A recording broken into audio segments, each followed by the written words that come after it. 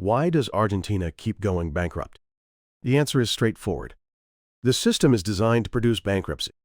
Argentina has experienced 9 sovereign debt defaults throughout its history.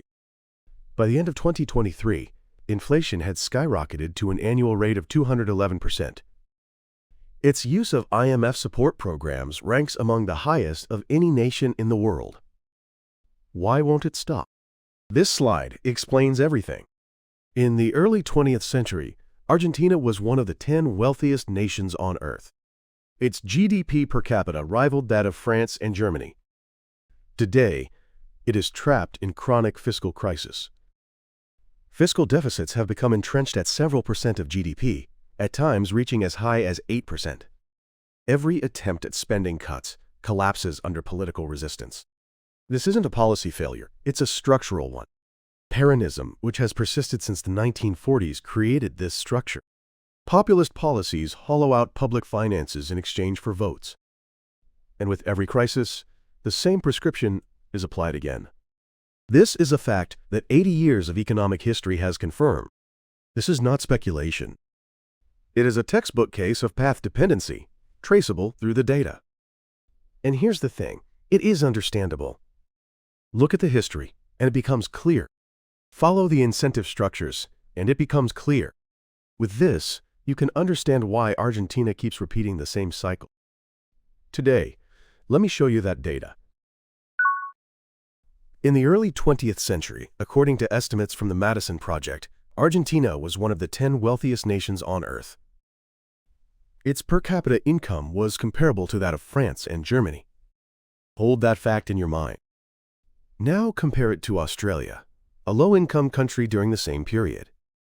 Today, in nominal terms, Australia's GDP per capita stands at roughly $63,000, while Argentina's has fallen to roughly $13,000. That is a gap of approximately 5 to 1. In the 1940s, Juan Perón came to power. Nationalization, subsidies, wage controls. In the short term, he won the support of the working class. But what happened over the long term? Business investment dried up. Export competitiveness declined, and the capacity to earn foreign currency shrank. How did a wealthy agricultural nation fail to hold onto its wealth? The answer is not geography. The answer is institutions. That said, Peronism alone does not explain everything. Federal fiscal structures, the bargaining power of labor unions, foreign exchange constraints and capital controls. These multiple institutional factors are deeply intertwined, and they have made sustained reform structurally difficult. Understanding this complex web of factors is the key to grasping the Argentine problem. Why can't Argentina escape its fiscal deficit? The answer lies in incentives.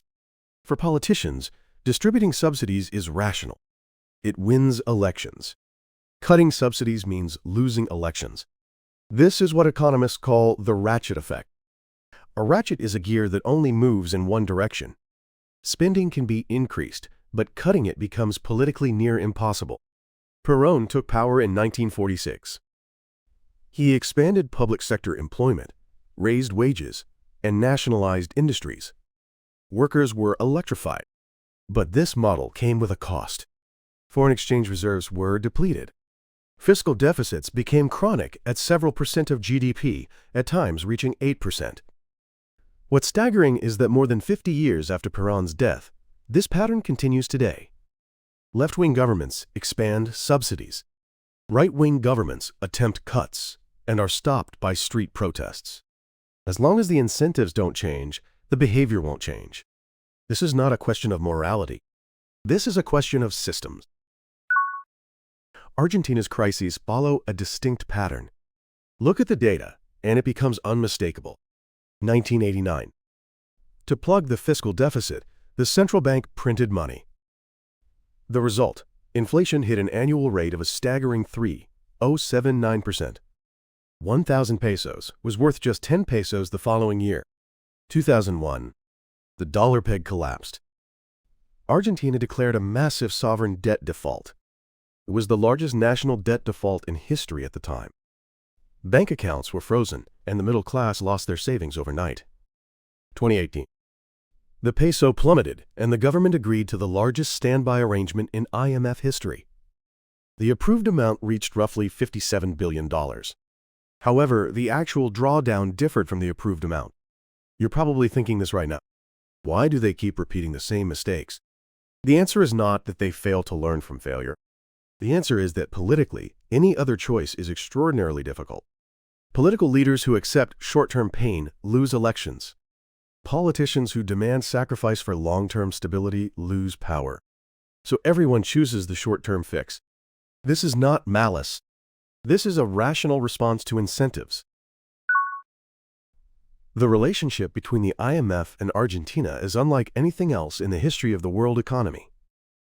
According to the IMF's own published country-by-country lending program history, Argentina's usage ranks among the highest of any nation on Earth. And in terms of cumulative lending volume, it stands as one of the largest borrowers in the institution's history. Do you know what the IMF demands as conditions for its loans? Fiscal balance, subsidy cuts, privatization of state-owned enterprises. These are demands designed to address the root causes of the fiscal deficit. Yet cases where Argentina has fully complied with those conditions are extraordinarily rare. Why? Because full compliance means political suicide. Cut subsidies and protests erupt in the streets. Privatize state enterprises and unions call a strike. The government moves half a step, and at the next election, even that half step is reversed. This is a deeply ironic dynamic. Every time the IMF lends, it expects, this time, reform will stick. Every time Argentina borrows, it says, this time, it will work. And then, a few years later, the next crisis arrives. This dynamic has not changed today. What does annual inflation of 211% actually mean? Consider a concrete scenario. A loaf of bread that cost 100 pesos in January 2023 cost 311 pesos by December. Even as wages rise, they cannot keep pace with price increases. Real wages collapsed. How did Argentines respond? They stopped trusting the peso. On payday, they immediately converted to dollars and unloaded pesos. But they couldn't buy enough dollars at the official rate, because foreign exchange reserves had been depleted. A parallel market emerged, what became known as the blue rate. In 2023, this unofficial exchange rate exceeded twice the official rate at certain points. What did the government do? It kept printing pesos. The money supply expanded rapidly. What does that produce? When the quantity of money increases, the value of each unit falls. In other words, inflation accelerates. Inflation generates inflationary expectations, and those expectations accelerate inflation further. This is a self-fulfilling spiral. Once it begins, stopping it becomes extraordinarily difficult. In November 2023, Javier Milei was elected president. Why did an anarchist wielding a chainsaw win? Because desperate voters chose radical change. By the end of 2023, President Milei had launched aggressive fiscal cuts. He slashed spending equivalent to 5% of GDP and sharply curtailed subsidies. The result, in January 2024, Argentina recorded its first monthly fiscal surplus in 12 years. Moreover, in the first half of 2024, 5 consecutive months of fiscal surplus followed. Monthly inflation decelerated sharply from 25.5% in December 2023 to 4.2% by May 2024. By the numbers alone, the results are dramatic. But here's what happened next. The poverty rate surpassed 50%. Real GDP fell sharply into negative territory. The pain of subsidy cuts and price adjustments hit the real economy directly. This is a dynamic Argentina has seen many times throughout its history. Macroeconomic numbers improve. But the pain in the real economy generates political pressure, and reform goes into reverse. Whether the Milei administration, lacking a parliamentary majority, can withstand that pressure remains an open question. Whether the achievement of taming inflation can sustain public support longer than the pain of poverty and recession is the critical test. The political durability of reform is being put to the test right now. Now let's step back and map the full structure. Argentina's crises do not come from outside. They are generated periodically from within the system itself. First, electoral incentives kick in. Politicians expand spending in exchange for votes. Fiscal deficits become chronic, at several percent of GDP, at times reaching 8%. Next, deficit financing begins. The central bank prints pesos. Foreign exchange reserves are depleted. Inflation accelerates. Then the currency crisis arrives. The IMF enters, demanding reform in exchange for loans. But reform ends in partial compliance, blocked by political resistance. The crisis temporarily subsides. Then the next election comes. The cycle begins again. No one with malicious intent designed this. At every stage, every actor is responding rationally to their own interests. The accumulation of those rational actions produces a collective irrationality. It is not because there are bad people. It is because the system works this way. This is the single most important insight for understanding Argentina. Now let's bring today's analysis together. Here's what we've covered. First, the political ratchet effect. The electoral incentive structure that Peronism built in the 1940s has driven spending in only one direction and has kept fiscal deficits chronic at several percent of GDP, at times reaching 8% for 80 years. That said, Peronism alone is not the whole story. Federal fiscal structures, the bargaining power of labor unions, and foreign exchange constraints, these multiple institutional factors are deeply intertwined, making sustained reform structurally difficult. Second, the recurring pattern of currency crises.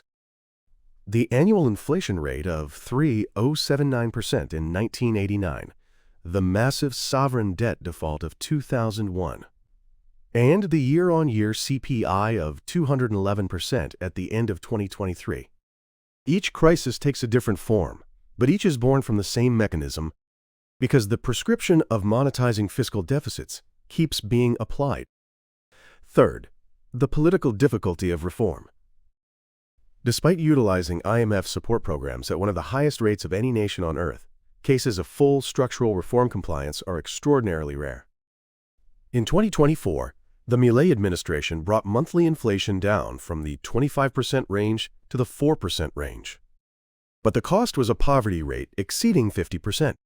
The simultaneous improvement in macro indicators and pain in the real economy shows us that the political durability of reform is being tested right now. Now, let me put a question to you. To break the cycle, Argentina has repeated for 80 years. What do you think has to change first? And is the problem of incentive structures blocking reform really unique to Argentina? Let me know your thoughts in the comments. Thank you for watching all the way to the end. How institutions determine the fate of nations, just as Argentina shows us. On this channel, we dissect the complex realities of the world through facts, not emotion, through mechanisms, not moral judgment. Subscribe, and let's uncover the truth about the global economy together next time. A like is your signal that this analysis was worth your time. Until next time.